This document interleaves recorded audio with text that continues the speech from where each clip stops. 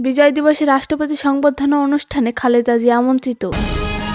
পরিবহনে শৃঙ্খলা ফেরাতে কঠোর ব্যবস্থা চায় গণ অধিকার পরিষদ। এক চোরের দল বিদায় নেওয়ার সঙ্গে সঙ্গে আরেক দল লুটপাট শুরু করেছেন, বললেন মাহমুদুর রহমান মান্না।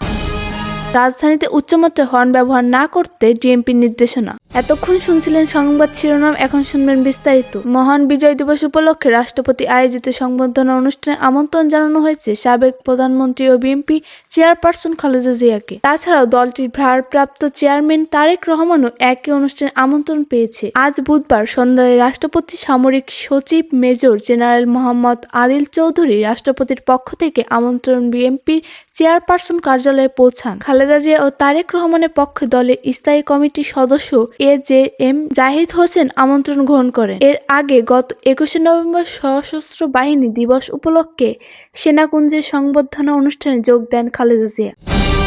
দেশের পরিবহনে খাল শৃঙ্খলা ফেরাতে অন্তর্বর্তী সরকারের প্রতি কঠোর পদক্ষেপ নেওয়ার দাবি জানিয়েছেন গণ অধিকার পরিষদ সভাপতি নুরুল হক। আজ বৃহস্পতিবার ঢাকায় জাতীয় প্রেস ক্লাব এক আলোচনা সভায় এ দাবি জানান তিনি। সড়ক পরিবহনে চাঁদাবাজি ও নৈরাজ্য বন্ধ এবং প্রকৃত মালিক শ্রমিকের নেতৃত্বে প্রতিষ্ঠিত গণপরিবহন সংস্কার জাতীয় কমিটি। আলোচনা সভায় প্রধান অতিথি বক্তব্য গণ অধিকার পরিষদের সভাপতি নুরুল হক আরো বলেন, শেখ হাসিনা দোসর যারা পরিবহন খাত থেকে কোটি কোটি টাকা নিয়ে পালিয়েছে, তারা পালিয়ে যাওয়ার পর এই সেক্টর নতুন মাফিয়ারা দখল করেছে।